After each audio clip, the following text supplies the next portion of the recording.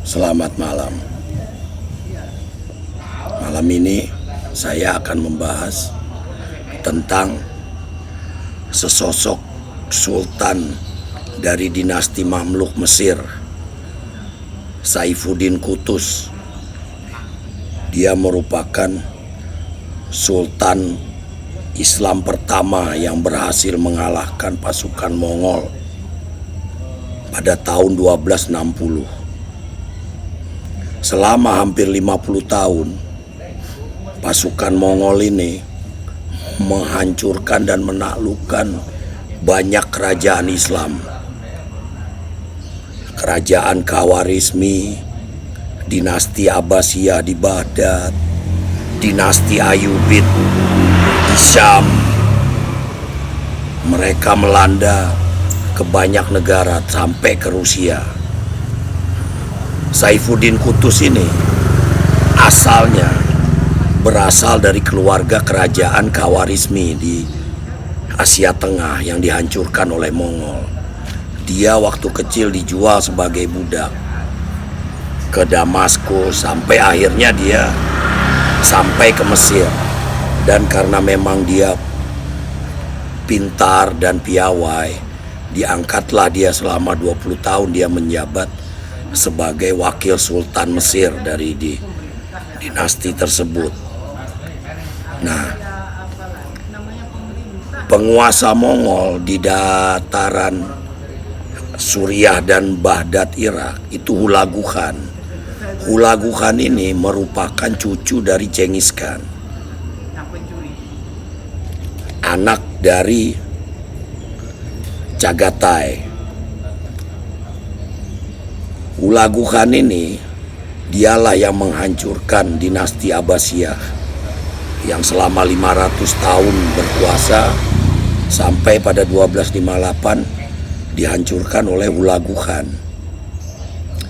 Dia kemudian mengancam Mesir supaya menyerah karena sesudah dia berhasil menaklukkan daerah Syam dan Palestina, dia mengarah ke Mesir. Nah, Mesir ini pada waktu itu benteng terakhir dari kekhalifahan Islam sesudah Baghdad dihancurkan.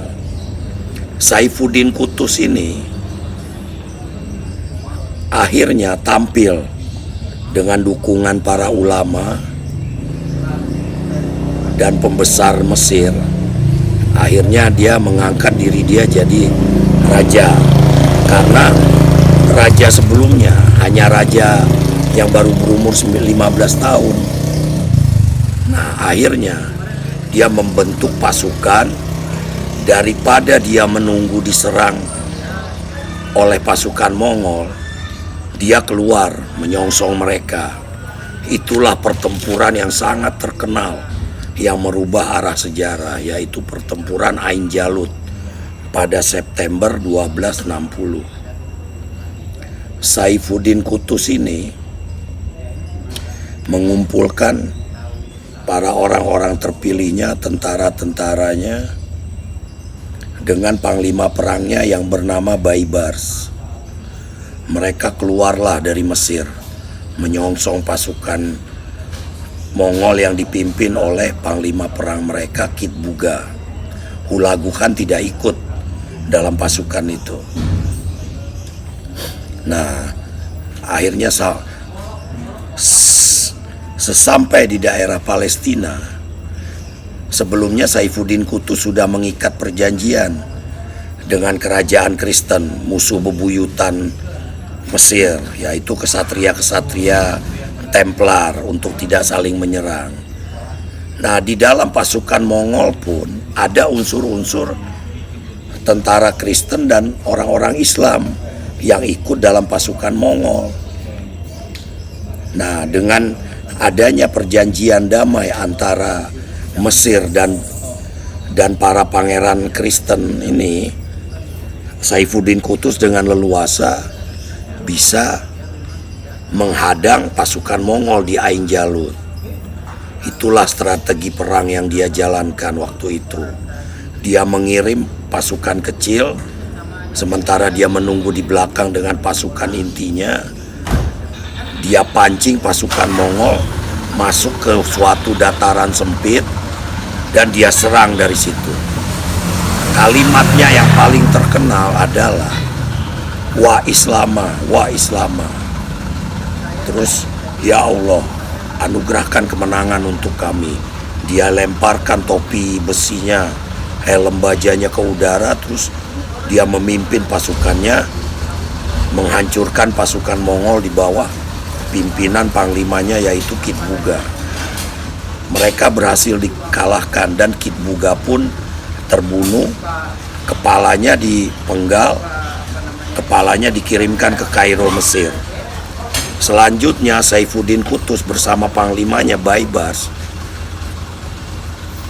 terus maju ke utara, membebaskan Damaskus, Aleppo, dan sisa-sisa pasukan Mongol yang sudah kalah itu akhirnya dibantai oleh penduduk-penduduk yang ada di kota-kota tersebut. Sampai akhirnya pasukan Saifuddin Qutuz bisa membebaskan hampir seluruh Suriah. Nah, sesudah menunjuk gubernur-gubernur baru untuk menduduki posisi baru di Damaskus, Aleppo, dan sekitarnya, dia kembali ke Mesir. Nah, di tengah perjalanan inilah dia dibunuh oleh panglimanya sendiri, Baibars. Makanya dalam sejarah dikatakan dia hanya memerintah selama setahun, tapi namanya harum sebagai raja pertama yang berhasil mengalahkan pasukan Mongol.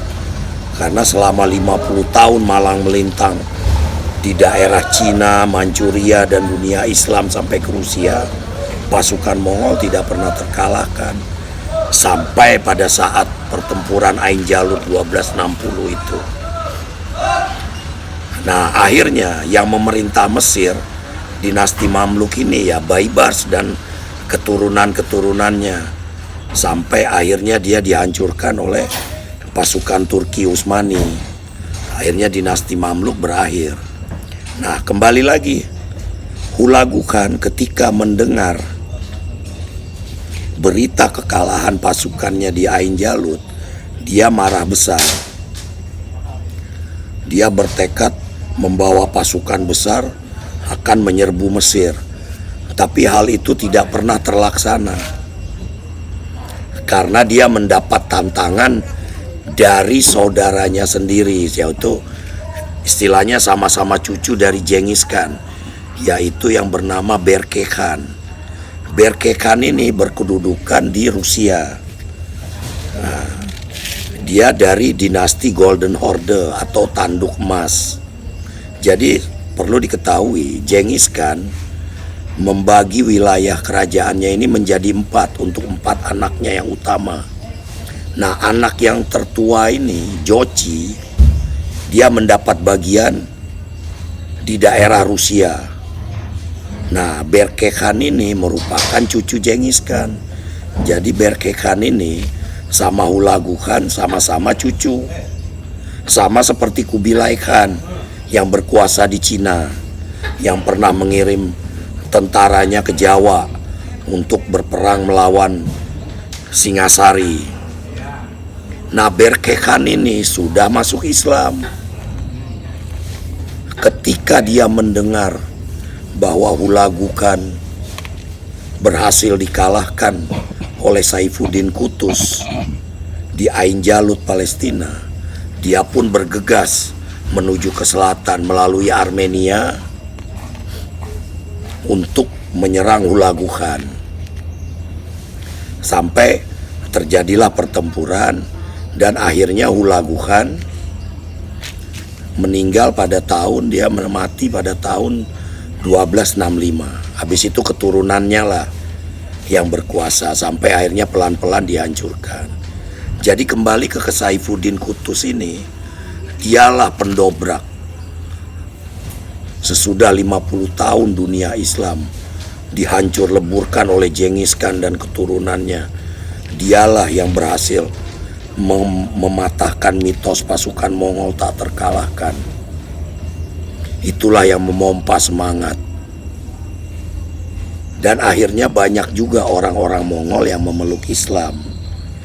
Jadi kekejaman-kekejaman ini banyak yang akhirnya berhenti, karena orang-orang Mongol ini ketika menaklukkan suatu daerah, dia tidak ada istilah tawanan perang atau apa, dia bunuh. Yang lelaki dia bunuh, yang perempuan dijadikan budak. Nah, hanya segelintir orang yang tidak dibunuh, seperti seniman, arsitek, nah itu dibiarkan. Nah, Hulagu Khan tidak pernah akhirnya menyerang Mesir. Dia memilih berhadapan dengan saudaranya sendiri, Berke Khan, yang sudah beragama Islam, dan Berke Khan dengan semangat Islam membela saudara seagama. Dia bertempur melawan saudaranya sendiri, Hulagu Khan. Jadi Saifuddin Qutuz inilah yang menjadi pendobrak, mematahkan mitos Mongol tidak terkalahkan. Nah, jadi sesudah itu Kesultanan Islam di Timur Tengah pun, sesudah Kesultanan Turki Seljuk Rum hancur, tampillah Ottoman Turki dengan raja pertama mereka Otman Gazi. Sebelumnya didahului oleh bapaknya, sang peletak pondasi Ertugrul. Jadi sekian dulu kisah tentang Saifuddin Qutuz, sang raja pertama yang berhasil mengalahkan pasukan Mongol di Ain Jalut. Semoga bermanfaat. Terima kasih.